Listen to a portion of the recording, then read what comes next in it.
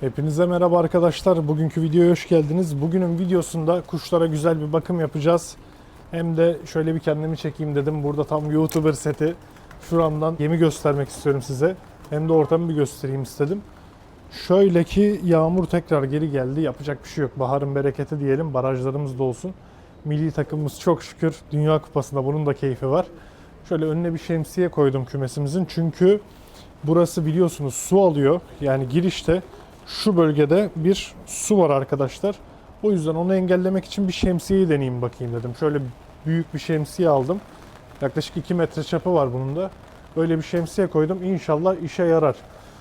Kuşların keyfi yerinde. Antibiyotiğin artık son günleri, yani 10 gün tedavinin üstünde kendine geldi kuşlar demiştim. Böyle bir video yapmıştım. Şu anda gayet kendilerindeler. Hiçbir sıkıntı yok. Beyaz inci yavrumuz burada küçük bir dayak yemiş ama olur öyle şeyler. Gagasında hafif böyle bir kanlanma gibi bir şey var. O kadar da olur diyelim. Yapacak bir şey yok. Buraya yavaş yavaş adapte olması lazım. Kümesi öğrenmesi lazım. Sarı kaposlarımızın, burada gördüğünüz sarı kaposlarımızın yumurtasını az önce kontrol ettim. Çok keyifliyim. Yumurtaların dolu olduğunu gördüm. Bu beni bayağı mutlu etti. Ama öbür tarafa baktığımızda bu kırmızı kaposumuz sarı kaposu yumurtlatmıştı ya, o yumurtanın boş olduğunu gördüm. Böyle bir sorun da var. Yani iyi şeyler de var, kötü şeyler de var arkadaşlar. Şimdi yem yapacağız beraber. Hem izleyelim hem de kuşlar yiyor mu ona bir bakalım. Çünkü değişik karışımlar yapacağım. Değişik karışımlar dediğim her zaman yaptığım şeyler de ilk defa görenler için belki değişik olabilir. Çünkü bunu bir marketten aldım. Kendim üretmedim. İlk defa yapacağım bir şey. İnşallah siz de beğenirsiniz. Zaten biraz ağır, yemeklere de kullanıyoruz ama biraz ağır. Vakit kaybetmeden size onu göstereyim. Şimdi bir kağıt havlu aldım geldim. Bu yemliği yıkadım arkadaşlar. Bu yemlik de maalesef biraz pisti. Yıkadım, onu kurulayacağım. Zaten kendisi bayağı kurumuş ama. Bunu şimdi kuruladık. Buna da yem koyacağız. Biliyorsunuz bir arbede yaşanıyor. Bizim kuşlarımız yem yerken maalesef bir sıkıntı oluyor. Arbede oluyor. Bu yüzden bu yemliği de koyacağım. Şunu cebimize koyalım. Zaten temiz su. Bunu kenara çekelim. Bunu da buraya koyalım. Suluğu alıyorum. Zaten şimdi ilaçlarını değiştireceğim.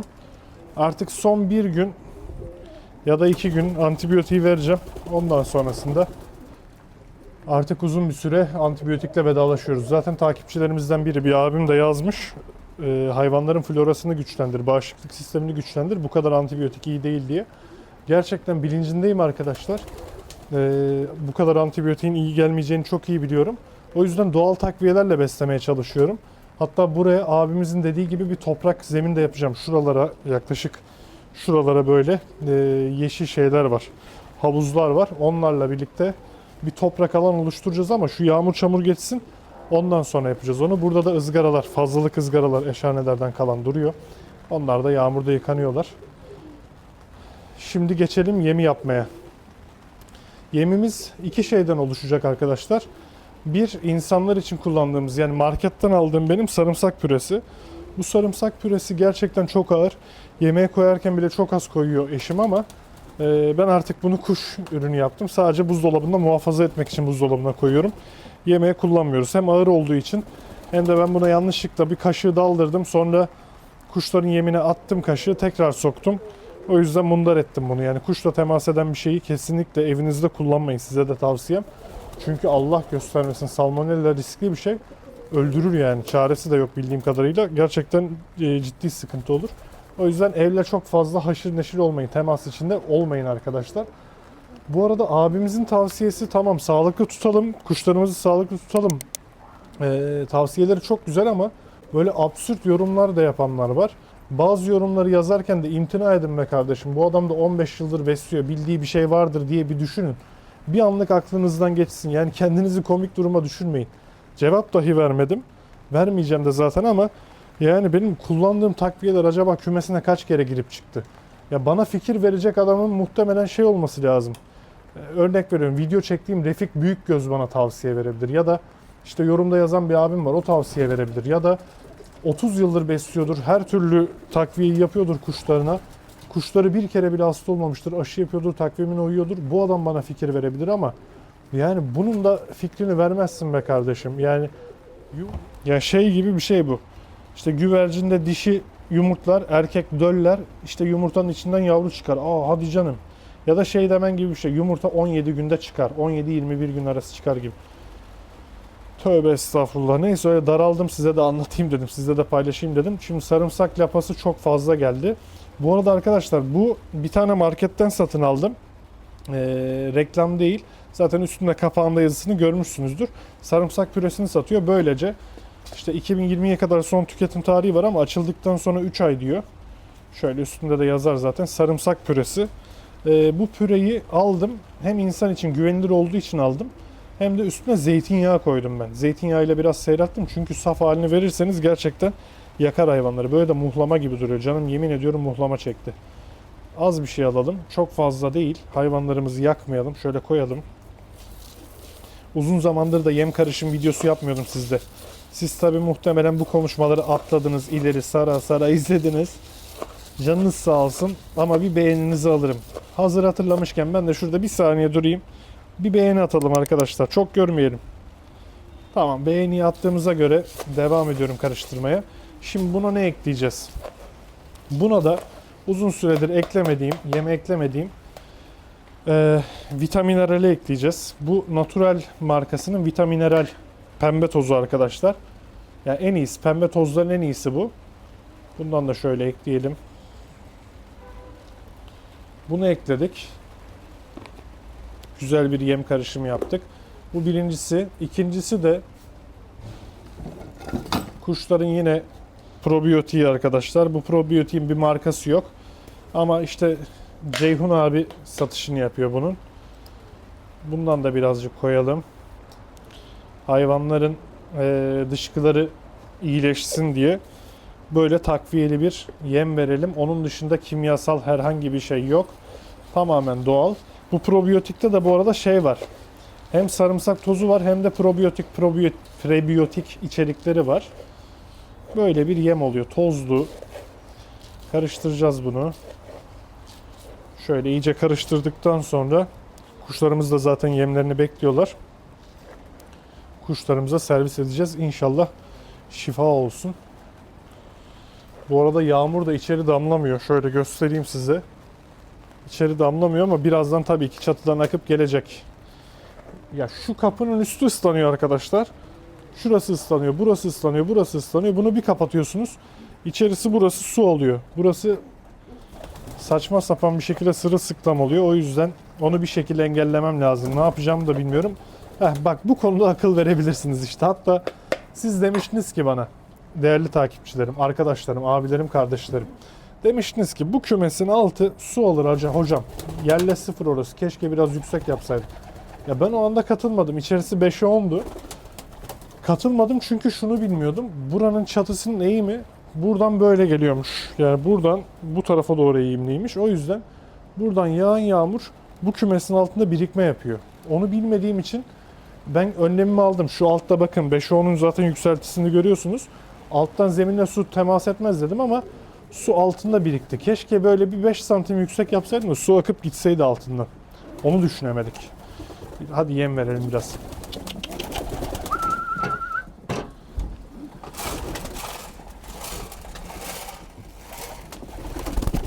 Evlatlarım benim, aşklarım benim ya. Bunlar benim değerlilerim arkadaşlar. Gerçekten kendim hasta olunca bu kadar bakmıyorum kendime. Emin olun. Bunlar hasta olduğu için gerçekten günlerdir dengem bozuk. Aklım sürekli bunlarda. Acaba ne yaptılar, iyileştiler mi diye. Şu kamerayı da göğsümden çıkarayım. Şöyle. Sizin için daha güzel bir açıyla çekeyim. Etraflıca çekim yapmış olayım. Göbeğimin üstünde sonuçta çok fazla dönemiyorum. Bu siyah beyaz kaposların yumurtası tutmadı. Önceki videodan hatırlayacaksınız. Yeni izleyenler için söylüyorum. Siyah beyaz kaposların yumurtasını artık bir sonrakinde tutturacağız. Hayvanlardan 2 çift yavru aldım arkadaşlar. Önceki evde 2 çift yavru aldım. Ama 2 çifti de öldü. Neden? Kursak mantarı. İşte kursak mantarı olunca hayvan ne kadar doyarsa doysun. Bir de ilgisizlik tabii. Biliyorsunuz bizim bir müteahhit sıkıntımız var. Kentsel dönüşüm dolayısıyla geldim ben bu eve. Öyle bir şey olunca hayvanlar da tabii ki ilgisiz kaldı. Biz apar topar resmen kaçtık evden. Yani bir an önce ev bulalım, gidelim buradan taşınalım dedik. Çünkü o kırıcı çalıştıkça insanın psikolojisi bozuluyor.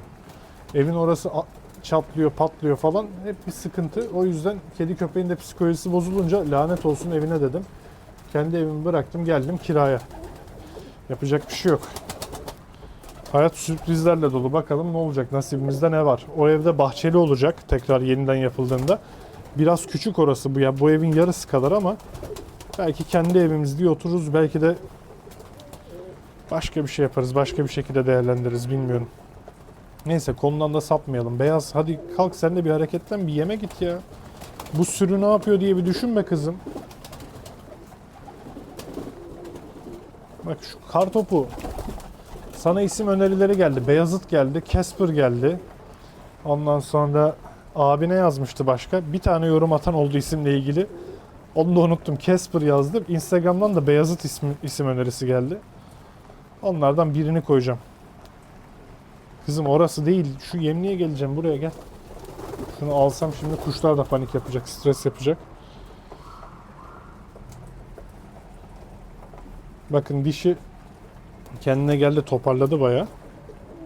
Şu dişiden bahsediyorum. İncilerin annesi. O bayağı sıkıntılıydı ama çok şükür toparladık arkadaşlar. Neyle? Takviyeyle, balık yağıyla, gümüş hapla, bunlarla. Bakın hayvanların kızgınlığı da gayet yerinde. Yemi yediler şimdi. Oh! Bu keyifli anları istiyorum işte. Bu keyfi seviyorum. Yani sağlıklı bir kümeste her zaman ortamın bu olması lazım. Erkekler topaç gibi dönecek arkadaşlar. Bu ses her zaman söylediğim gibi sağlıklı kümesin sesi. Şu an mikrofon olduğu için muhtemelen siz onu duymuyorsunuz ama bu bağırtılar, çağırtılar hep böyle erkeklerin ötüşü. Bu sağlıklı kümesin sesi arkadaşlar. Hele şu siyah baba kafosumuz var ya, inanılmaz ötüyor. Bayılıyorum ötüşüne ya. Vallahi her zaman ötsün. Şunun eşi işte. Borazan gibi ötüyor yemliğin üstündeki. Bakın onu da göstereyim size. Çubuk gibi. Aslanım benim, güzelim benim. Sinekli sabunimiz de ötüyordu. Şimdi kamerayı çevirince korktular. Çekilişle gidecek kuşlar biliyorsunuz. O da dişisini ötüyor orada. Bunları da eş yapmayı başarabilmişiz çok şükür. Bakın şimdi sarımsak lapalı, sarımsaklı probiyotikli yemlerini yiyorlar. Natural'in vitamineral karışımlı yemini yiyorlar. Gayet keyifli de yiyorlar vallahi. Şu sarımsak fazla gelir diye korktum ama sıkıntı olmadı.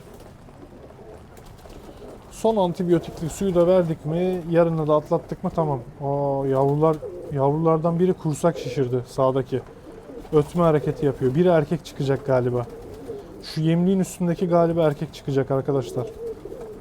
Çok sevindim şu anda. Erkek çıkarsa çünkü biliyorsunuz sarı kapos dişimiz tek kaldı. Şu lavuğa yar oldu maalesef. Buna gelin oldu. Ama o işte kuma olarak aldı onu. Öyle bir aşka maalesef müsaade etmiyoruz.